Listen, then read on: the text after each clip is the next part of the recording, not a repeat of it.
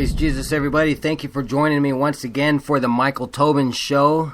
This is Failed Congressional Assassination. What is the real American political game and score, and who wins or loses? This is part 2 of 2, and on my blog it will be called Failed Congressional Assassination. What is the real American political game and score? Parts 1 and 2.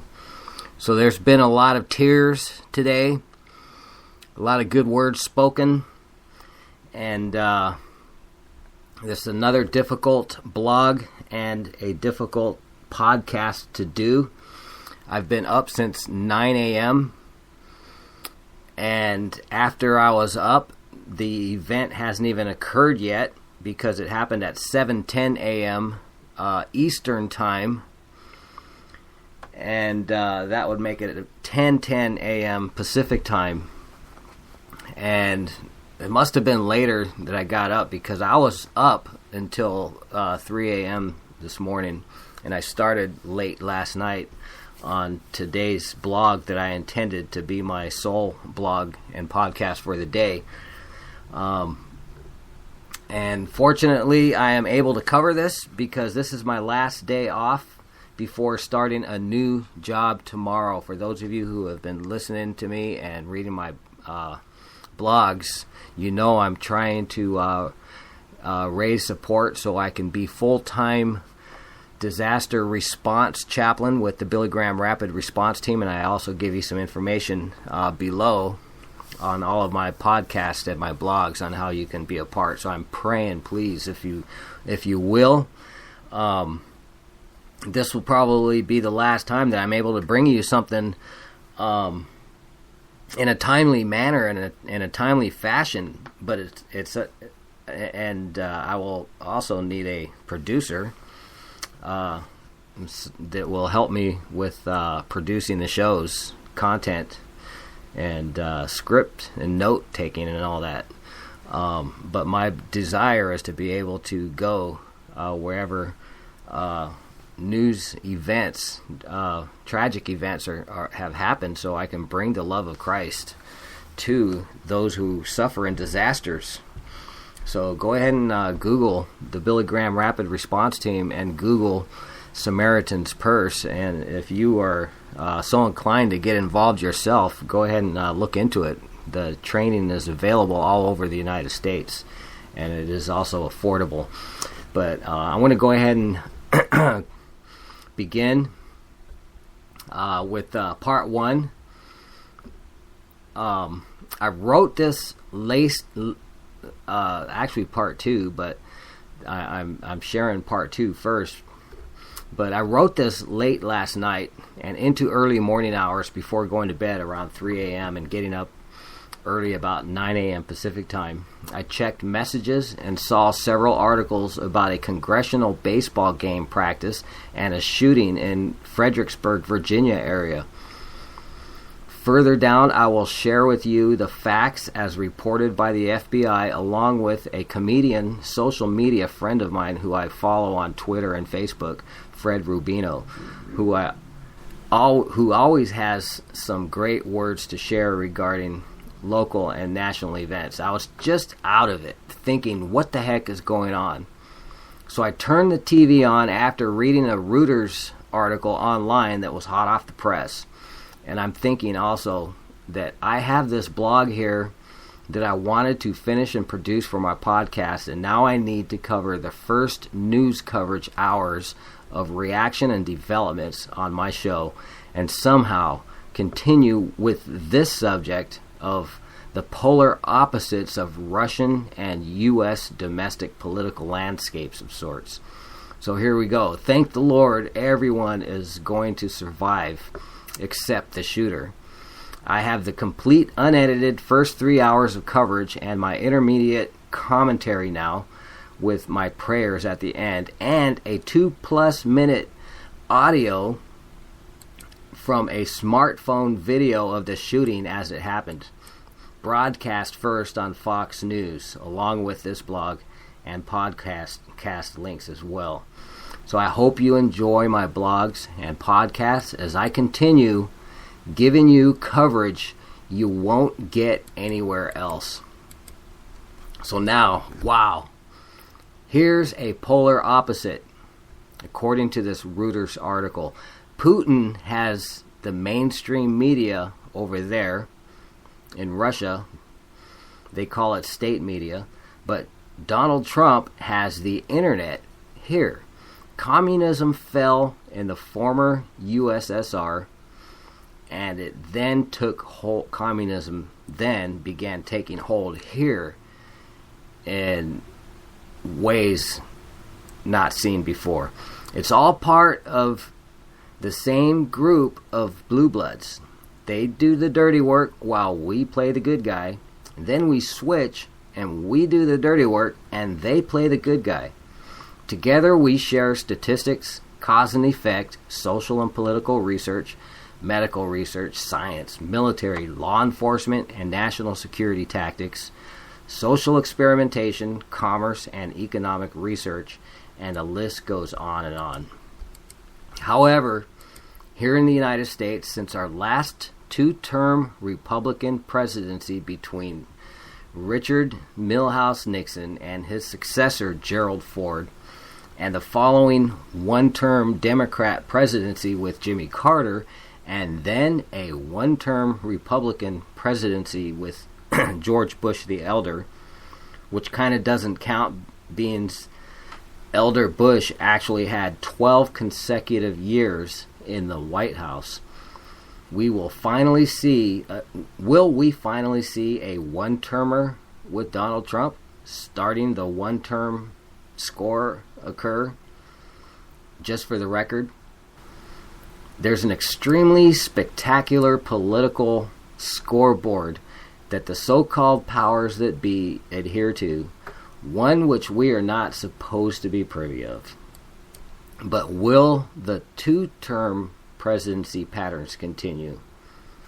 You see, my theory is that the White House has some sort of game plan between both major parties,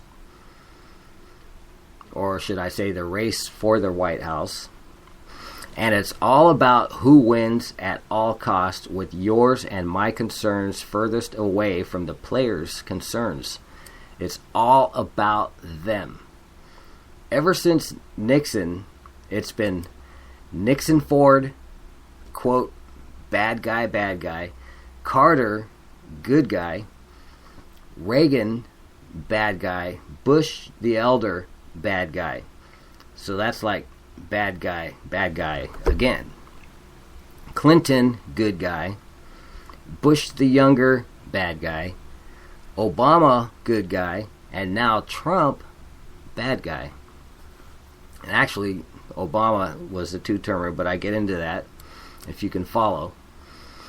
The funny thing is, the, quote, good guys thought they finally had a two-time good guy time with Hillary, and then drats, they were foiled. Somehow they have to make up for all the bad guys' points. Let's see, depending on how you look at it, Nixon and Ford were double bad, but almost triple bad. Ford lost the re-election, which would have given him a total 6 years at least. But that was still just 8 years between Ford and Nixon.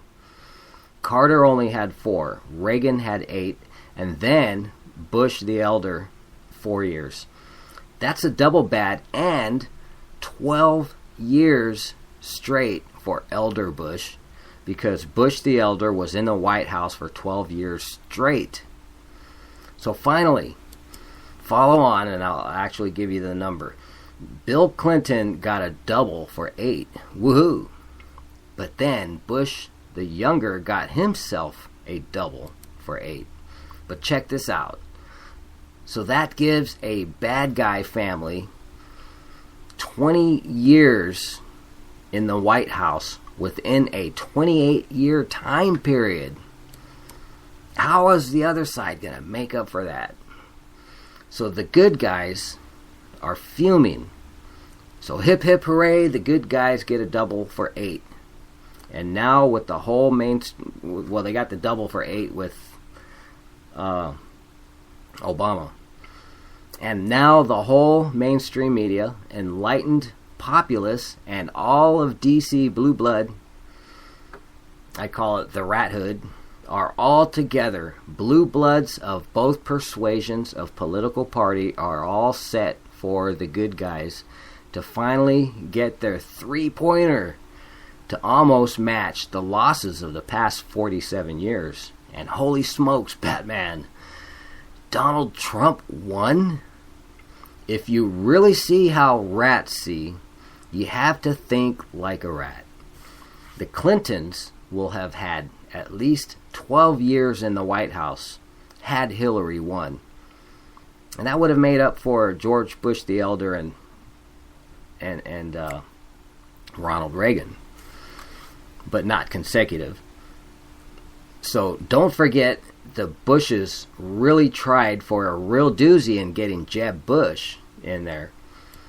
And the Clintons very well could have secured 16 combined years. That would have passed the 12 combined, just between Reagan and Bush. But it still would have been 20 with the Bush family. But it was a battle between the Clintons and the Bushes, but just for a minute. And one of the greatest sequence of presidential historical events in the United States could have happened for the Democrats. I mean the good guys. They would have had the most spectacular bragging rights in all of our country's presidential history. The good guys would have had the most time in the White House in the past 31 years up until 2024 had Hillary been a 2-term president, let alone one president, winning this past election and the next, along with the first black U.S. president ever, also being a good guy. That would have given the good guys 28 years since 1976, and the bad guys, the Republicans, 28 years since Nixon beginning in 1969. But as it turns out, at the end of Obama's double term, it was finally even at 28 years for the Republicans since 1969, and even at 28 years for the Democrats since 1976, starting with Jimmy Carter. Finally a tie. Who was going to break the tie? It would seem fair, quote, fair for the Democrats, wouldn't it?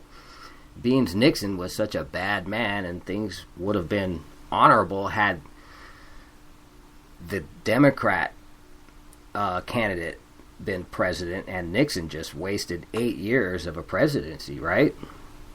So when you see it in the eyes of the blue bloods, Trump did a bad thing because he's the first president ever who actually resorted to colluding with the people, because the internet was first in full force in all of its splendor, able to be used in ways global politics have feared since just before Obama's first term in 2008. And he was just a lowly commoner businessman with no political background. Or is Donald Trump a commoner? More on that in a little bit, but the gall. Obama actually was helped by the internet, but Facebook was new and MySpace was in turmoil. So those two were barely adequate, but were able to help a little. But back to the blue blood scoreboard. The biggest kicker to this last election is that however sore Hillary Clinton lost, what hardly anybody seems to realize is that Donald Trump and Hillary Clinton are blood related. Yes, you got that right.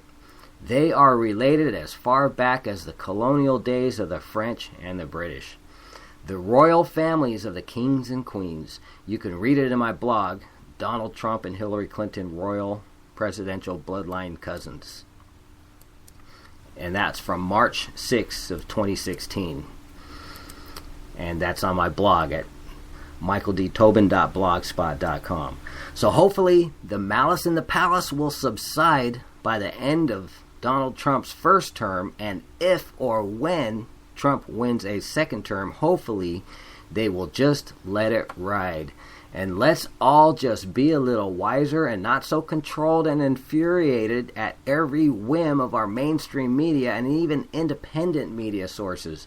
Because it's not us who loses or wins, it is them. And this is how this blog that I wrote last night ties in with the events today.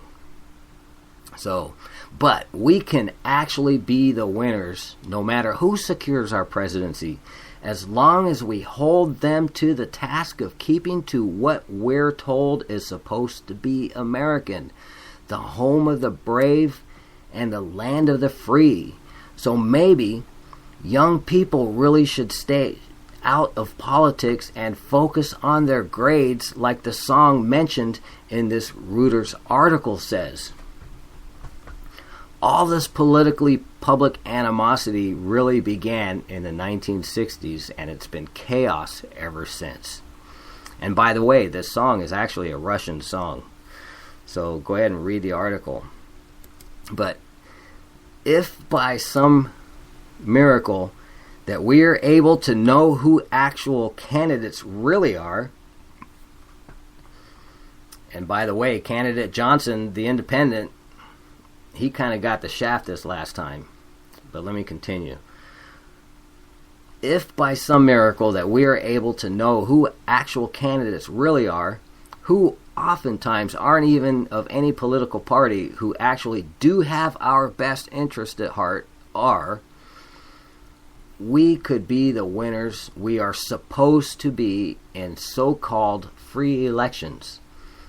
But the most tragic reason for such idealistic turmoil in our elected positions is that young people barely hatch and they think they're the enlightened galaxy and know who the center of the universe ought to be.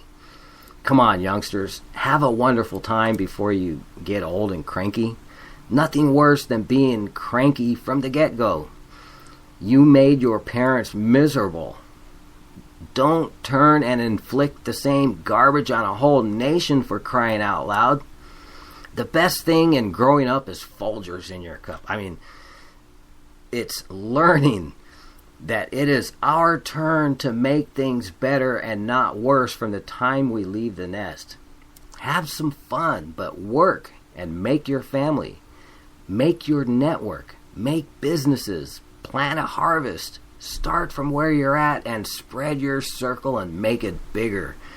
Do what makes this country the #1 destination for the world's Marco Polos. But learn more about the system than what you're told in school before you tackle the system. That is all. Now, before going into my commentary and coverage of this morning's sick shooting events which led to his demise, here is my friend Fred Rubino, comedian, entertainer, and union electrician.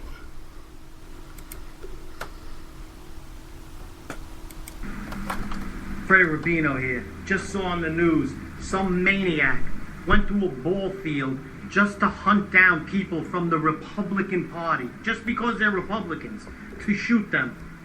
Okay? You people got to get one thing through your head.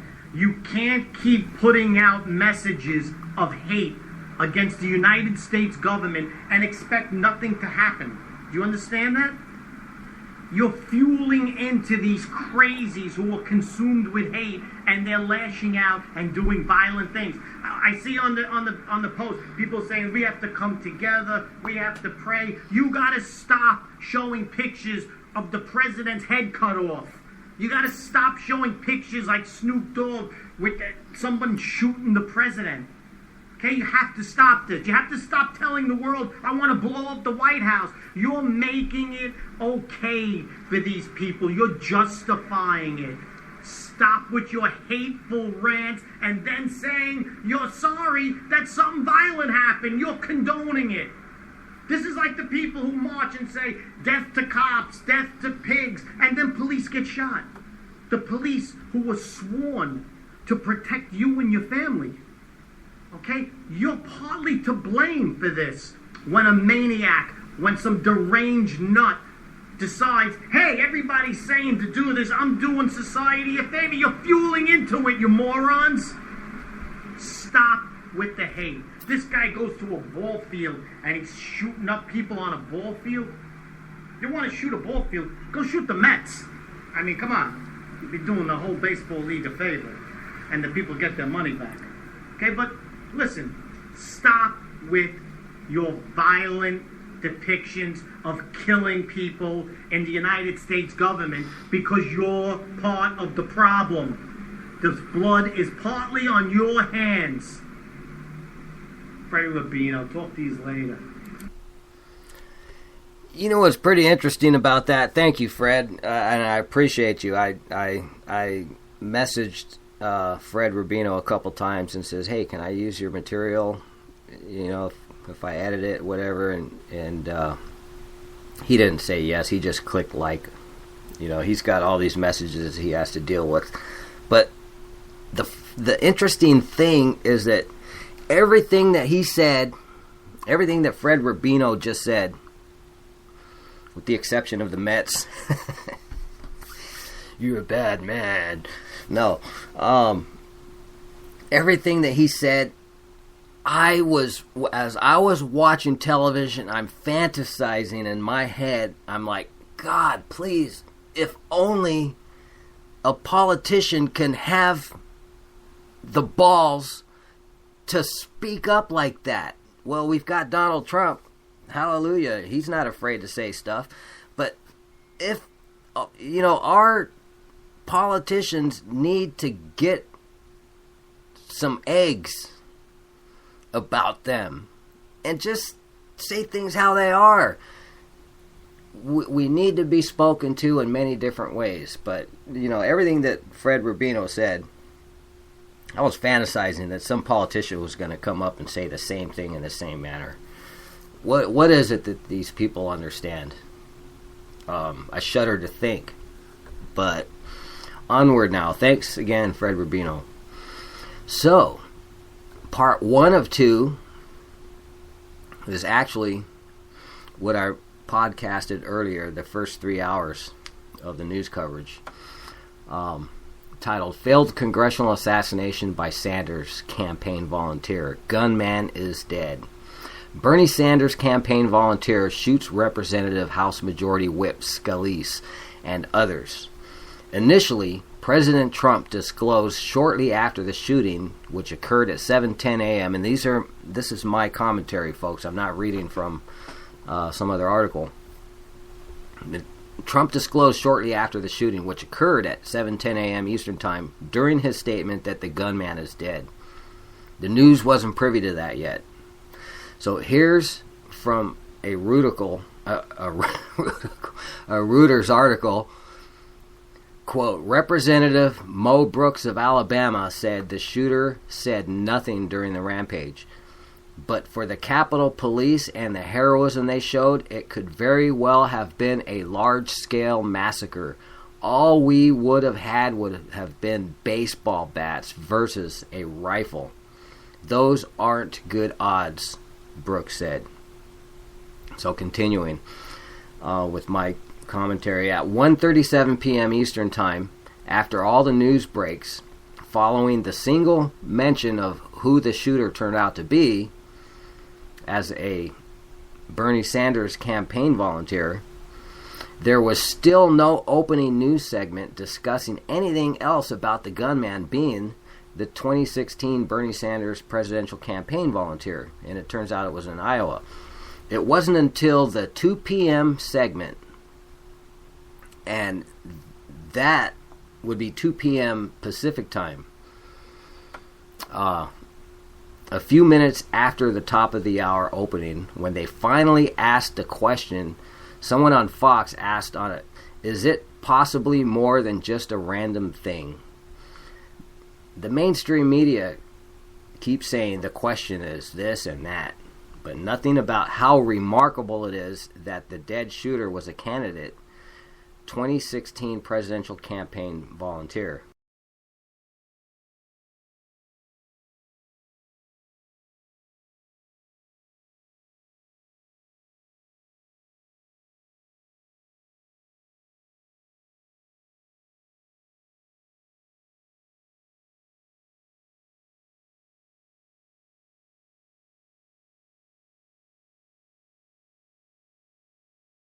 It was a failed attempted assassination. Call it what it is.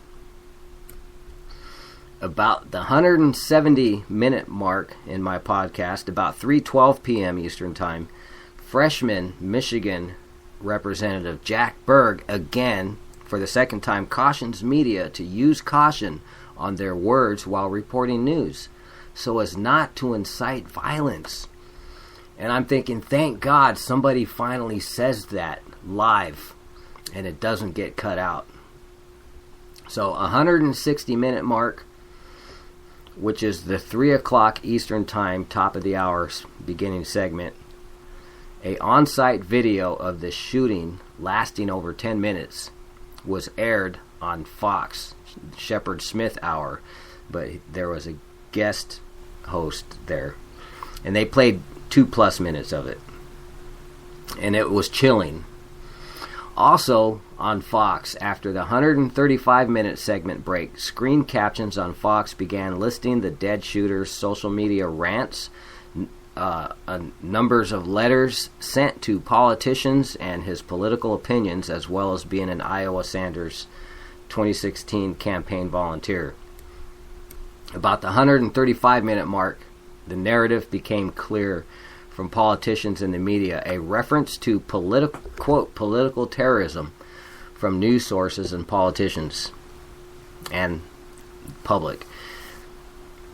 So there you have it. That is the new narrative being discussed. Are we, or who are political, quote, political terrorists if we disagree and express our disagreement with a politician or a policy? So that you could bet that's going to be being discussed. After the 134-minute mark, Fox's News, and I don't know what this lady is, I've seen her quite a few times, she referred to the shooter as the killer. And they had already known that he was the one who was dead and nobody else was killed. So was that a Freudian slip? I don't know. About the 133-minute mark, Fox's Mike Tobin, not me, I'm Michael Tobin. Fox's Mike Tobin finally disclosed a political profile on the dead shooter. And by the way, I was doing news before Fox's Mike Tobin was doing the news.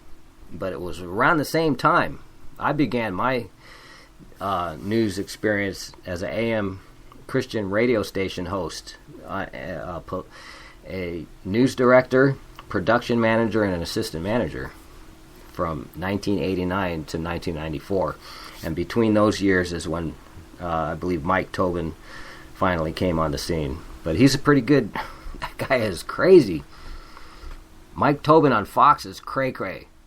I mean, bullets are whizzing. He goes to some crazy places. But anyways, I'm almost done with this broadcast, folks. I might make it to 31 minutes. It's 28 minutes and 50 seconds right now. So here is the FBI Public Information Office, June 14, 2017, joint statement on shooting in Alexandria, Virginia. At approximately 7:09 a.m. on June 14, the Alexandria Police Department responded to the scene at 400 East Monroe Avenue in Alexandria, Virginia. They arrived at 7:12 a.m. to shots fired in the vicinity of Eugene Simpson Stadium Park, where members of a congressional baseball team were practicing. Multiple members of Congress were present on scene. Therefore, United States Capitol Police officers were also on scene. The subject was engaged by law enforcement and shot at approximately 7:14 a.m. So they were called at 7:09. They arrived 3 minutes later. 5 minutes later, they were the Wild West. going on, okay, folks? Okay, continuing with the FBI. Sorry to interrupt the FBI official statement. You could find it on FBI.gov. 5 individuals were transported by Alexandria EMS, Arlington County EMS, and U.S. Park Police helicopter to local hospitals with gunshot wounds. Those transported included a United States Capitol Police officer who was hospitalized and is reported to be in stable condition, a congressman, 1 congressional staffer, 1 lobbyist, and the subject. So that's 5 people total. A second congressman sustained minor injuries and was also transported by a medic unit. 1 additional United States Capitol Police officer was transported to the hospital in a police cruiser for minor injuries and has been released. The shooter has been identified by law enforcement, and on television, the FBI agent said this is the only time they're going to refer to the shooter by his name. So the shooter has been identified by law enforcement as James Hodgkinson, age 66, from Bellevue, Illinois. Hodgkinson was taken to the hospital where he succumbed to his injuries. The FBI is actively investigating Hodgkinson to include his associates, whereabouts, social media impressions, and potential motivations. This is an active investigation that continues to unfold. The ATF is running a trace on 2 weapons to include a rifle and a handgun. The scene remains an active investigation where law enforcement, to include the FBI Evidence Response Team, ATF, and Alexandria Police Department, are collecting evidence. In addition, the FBI Springfield and St. Louis Evidence Response Teams are searching the subject's home in Bellevue, Illinois. Individuals who have information regarding Hodgkinson should call the FBI 24-hour access line at 1-800-CALL-FBI and select option number 1. And by the way, a reporter asked one of the agents how long this guy, dead man, was in the area, and the agent replied to their knowledge since March. So roughly 4 months. And that is, to me, is related to the question, how did this guy know? What was he there for?